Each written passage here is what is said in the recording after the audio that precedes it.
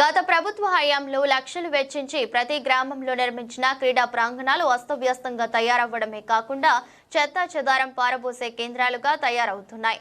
దీనిపై city cable focus. గ్రామాల్లో ఉన్న మట్టిలోని మాణిక్యాలను క్రీడలలో వెలికి తీయాలనే ఉద్దేశంతో గత ప్రభుత్వ పాలకులు లక్షల రూపాయలు వెచ్చించి ప్రతి గ్రామంలో క్రీడా ప్రాంగణంను ఏర్పాటు చేయడంతో పాటు క్రీడా సామాగ్రిని సైతం అందజేశారు. ప్రస్తుతం ఈ క్రీడా ప్రాంగణాలు జమ్మికుంట మండలంలోని ధర్మారం గ్రామంలో క్రీడా ప్రాంగణం బోర్డులు మూలన పడేసి సంబంధిత అధికారులు పట్టించుకోకపోవడమే కాకుండా అస్తవ్యస్తమైన వాతావరణం చోటు చేసుకుంది. ఆ ప్రాంగణంలోకి వెళ్లాలంటేనే ప్రజలు ఇబ్బందులు పడుతున్నారు.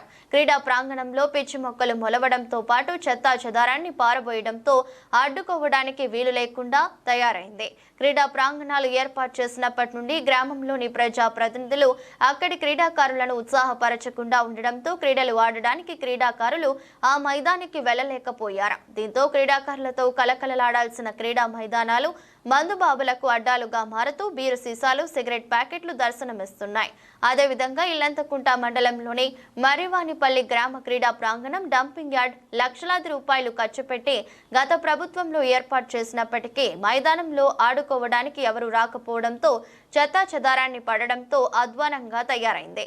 క్రీడా మైదానాలు నేడు వడ్లు ఆరబోసుకోవడానికి ఉపయోగపడుతున్నాయి. అధికారులు క్రీడా మైదానాలను పరిశీలించకపోవడంతో పాటు గ్రామాలలో ఉన్న కార్యదర్శులు సైతం క్రీడా మైదానాల వైపు చూడకపోవడంతో ఎందుకు పనికి రాకుండా పోయాయి. ఇప్పటికైనా ప్రభుత్వ పాలకులు, గ్రామస్థాయి అధికారులు స్పందించి క్రీడా మైదానాలను శుభ్రం చేయించి క్రీడాకారులు క్రీడలు ఆడుకునే విధంగా ప్రోత్సహించే బాధ్యతను తీసుకోవాలని మండల ప్రజలు కోరుతున్నారు.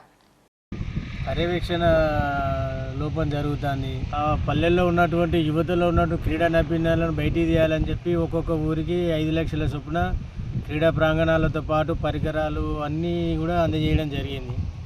కానీ నేడు అది ఎవరు పట్టించుకోలేక పర్యవేక్షణ లోపంతోనే అసలు అది అందుబాటులో లేకుండా పోయింది. అసలు ఆడడానికి కూడా వీలు లేనటువంటి సందర్భాలు ఉన్నాయి. తక్షణమే ప్రభుత్వ అధికారులు వెంటనే స్పందించి ఇలాంటి లక్షలాది రూపాయలను వేసి వేయకుండా దాన్ని పల్లెల్లో ఉన్నటువంటి యువతకు అందుబాటులోకి తీసుకొచ్చే విధంగా క్రీడా ప్రాంగణాలను మెరుగుపరచాలని చెప్పి ఈ సందర్భంగా కోరుతున్నాం. తప్పకుండా అధికారుల వైఫల్యం ఉన్నది కాబట్టి ఈరోజు అట్లా ఉన్నది.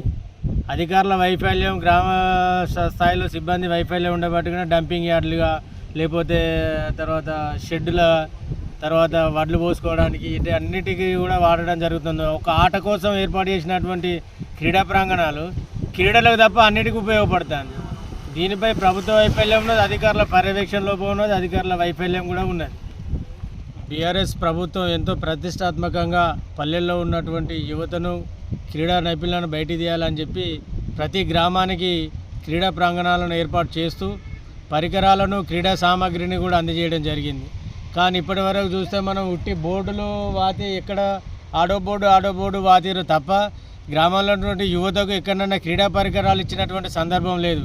అసలు ఆ క్రీడా పరికరాలు ఎటు పోయినాయి, క్రీడా సామాగ్రి ఎటు పోయినాయి? తూతూ మంత్రంగా కాంట్రాక్టర్లు ఎవరైతే ఉన్నారో దీని మీద తూతూ మంత్రంగా బోర్డులను, శిలాఫలకాలు ఏర్పాటు చేసి చేతులు దులుపుకున్నారే తప్ప దానిలో భాగంగా లక్షలాది రూపాయలు విలువ చేసేటువంటి క్రీడా సామాగ్రిని మరి పల్లెల్లో ఉన్నటువంటి యువతకు అందించాల్సినటువంటి సందర్భం. కానీ ఏ ఒక్క గ్రామంలో కూడా యువతకు మరి క్రీడా పరికరాలు అందించినటువంటి సందర్భం లేదు అని చెప్పి సందర్భంగా మేము డిమాండ్ చేస్తూ ఉన్నాం.